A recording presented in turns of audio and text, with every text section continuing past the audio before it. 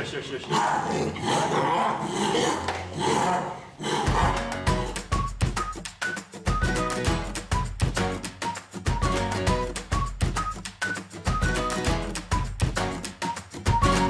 een Nijeriegen van 6 afleveringen van uw beste tuin volgen we de mensen en besten van Aquazoo in Ljouwert. De 2 maand oude tijgerwelpen krijgen een inenting en wat chinvierms, maar dat gaat net vanzelfs. Kijk, dit is natuurlijk nieuw voor ze. Niet dat we ze vaker in de hand hebben gehad. Dus, De volgt de bouw van het nieuwe Churchill-gebied dat zoekt dit variër iepen is van publiek. Het is november 2023 als de bouw uiteenzet van het nieuwe gebied. Betonchauffeur Renze de Koe is er ook al betiet bij, Joert. Ze zeiden van hem, we hopen net dat ze dat hier houden. Toen zei ik van, als ik 3 uur aan het werk bij de LBC ben, dan moet je maar even zien. Dan hebben ze me hier houden. Nou ja, de losploeg die stiet klaar, zeg maar. Ja. He, dus ik riet nog mooi achteruit, ik krijg even zo'n werk om, omdat het hier wat snel is. Nou, en dan haal ik de auto op. En dan riet ik mooi naar de man daar. Het moet een nijgrut verbleeuw worden voor alle beesten die in Noord-Amerika voorkomen. Je liep in Aquazoo eigenlijk te veel van het ene verblijfje naar het andere verblijfje. We willen een aantal gebieden gaan creëren. Nou, dat hebben we vorig jaar al gedaan met het Amoergebied, waar de tijgers zitten en de paterdavidsherten. En zo willen we stap voor stap Aquazoo opnieuw in gaan richten. Dus dat betekent dat we een aantal diersoorten willen verplaatsen, maar dat er ook nieuwe diersoorten bij gaan komen. Nou, dat gaan we hier dus ook doen. We gaan hier een nieuw verblijf bouwen voor de bevers. Die hebben we natuurlijk al zitten, maar die krijgen een verblijf wat ook wat meer bij hun past. Nou, we krijgen onze wasberen weer terug. Dat zijn ook dieren die in Noord-Amerika voorkomen. Stinkdieren gaan we hier naartoe verhuizen, zodat die ook beter zichtbaar zijn. Hessel Botma zou een lietse weekend wandelen om alles kleer te zetten van het betonstartje. En een beververbleeuw maakt je Jack net alle dagen. Nee? Nee. Meestal is het in een woning bouwen en in verlootsen. Ja. Dit is een beetje creatiever. Het maakt net altijd lucht en het slucht. Dus Scots is geen maier. Ja? Wat net zo goed, meestal net wend binnen. Dus. Het moet een mooi organisch geheel worden. Waarbij we een mooi verhaal kunnen vertellen over het mens-dierconflict in die contraien. Dus daar pakken we al die diersoorten dan in één keer in mee. Ja, en zo gaan we stap voor stap naar een nog mooiere dierentuin met een nog mooier en beter educatief verhaal.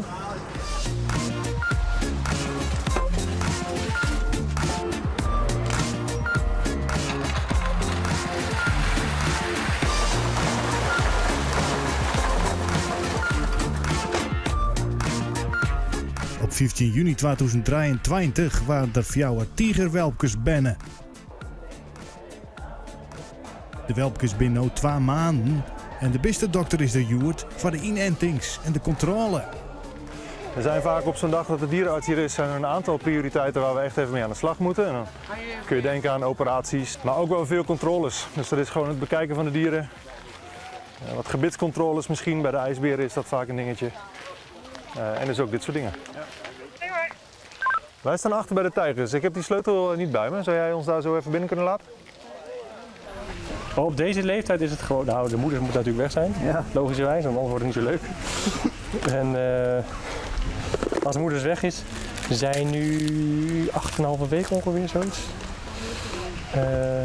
Is het gewoon pakken, wegen, behandelen en weer weg. En is eigenlijk zo snel mogelijk weer weg. Want ik wil zo weinig mogelijk geur achterlaten bij die dieren. Want straks denkt moeder, wat is dit nou? Dus we doen allemaal handschoenen aan straks.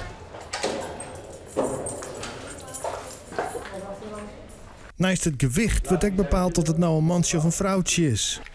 Deze, ja. Dus als jij hier even de chipnummers... En dan even de foto.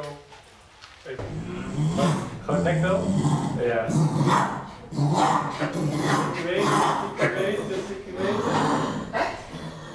Goed, gaat goed. Ga maar weg. Die gaat er zelf aan als het goed is. Gaan we staan. 7,8.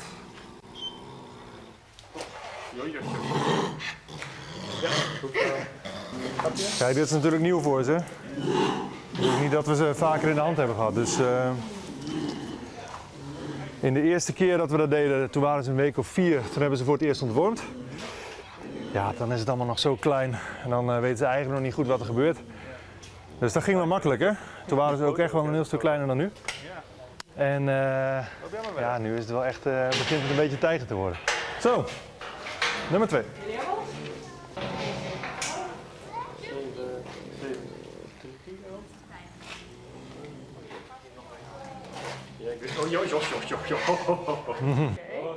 Nou, ze zijn voornamelijk nog wel bang voor ons omdat wij... Ze zijn bang voor ons omdat wij voor hun zijn. Maar ja, op een gegeven moment shift dat natuurlijk een beetje als ze nog groter worden. Nu is het nog te doen. En het is ook nodig, dus dat is prima. Ja. Dus er moet nog 1 keer geënt worden en dan wordt het al wat moeilijker, maar nog net te doen. Ja. En dan daarna, als je iets met ze wil, dan is het toch wel meestal verdoven.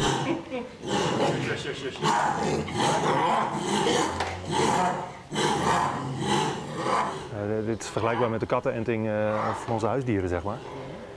En als je dat niet geeft, dan kunnen ze daar natuurlijk best wel ziek van worden. Ze hebben hier een groot buitenverblijf, dus ze komen in aanraking met allerlei externe factoren. En we zien ze nu ook steeds vaker stapjes echt buiten zetten. Dus daar willen ze wel goed tegen beschermen. Dus dit was de eerste keer. En wanneer ze 12 weken oud zijn, dus over een goede maand, dan gaan we die nog een keer herhalen. En vanaf dan wordt die jaarlijks opnieuw gedaan. En op die manier zijn ze gewoon goed beschermd.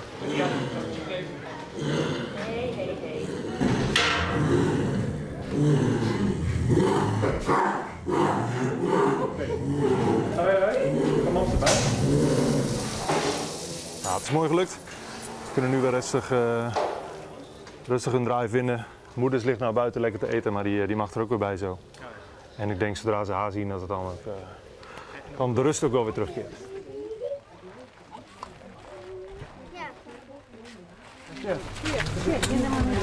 Ik zie hem niet. Zie je hem? Ja, maar nee. Ga je ook dat jongen? Of, Ik heb een klein pensioen. Vorige week ben ik even maar de vrouw geweest. Ja. Maar echt mooi helder koek ze net op beeld krijgen. Ja, dat krijg natuurlijk het mooie van alles. Hè, om ze zo mooi mogelijk in beeld te krijgen. Op een foto. Ik vind dat schitterend. Ja? Ja, ik ben een echte natuurliefhebber. Ik maak heel soort foto's van dieren. Zo, net alleen hier in de dierentuin. Nee. Ik ben ook wel een soort op paard. Oké. Of regelmatig. Ik ging naar het Jouwers Mar als ik in die buurt ben. En ik ging daarheen. Oh ja?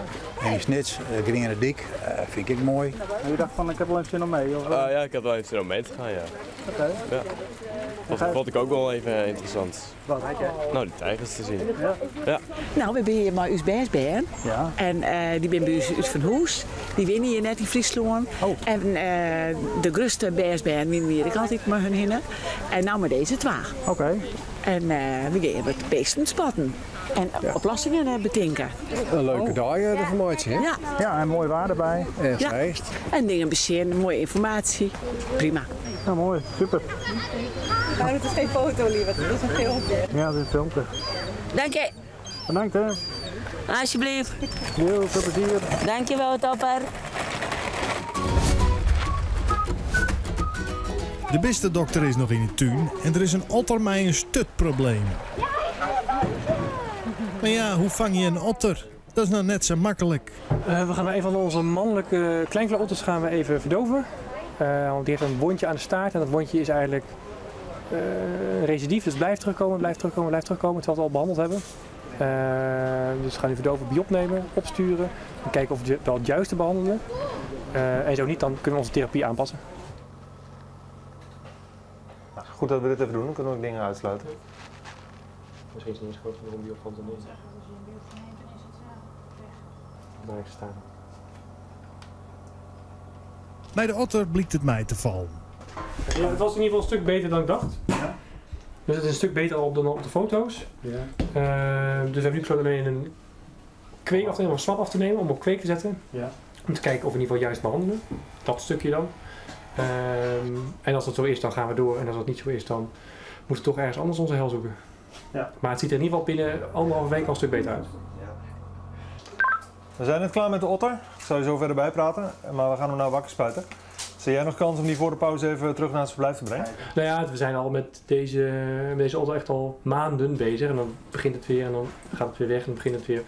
En misschien dat we een oorzaak gevonden hebben met de bodemdekking. Want nu we dat veranderd hebben, wordt het eigenlijk weer beter. Oké. Maar alleen eventueel de bacteriële infectie die er zit, die gaan we nog even bekijken. Na je week in de beste tuin. Alles wat daaronder ligt is voor de vrouw en haar kinderen. Dus ja, ze krijgen best een flinke hap te eten.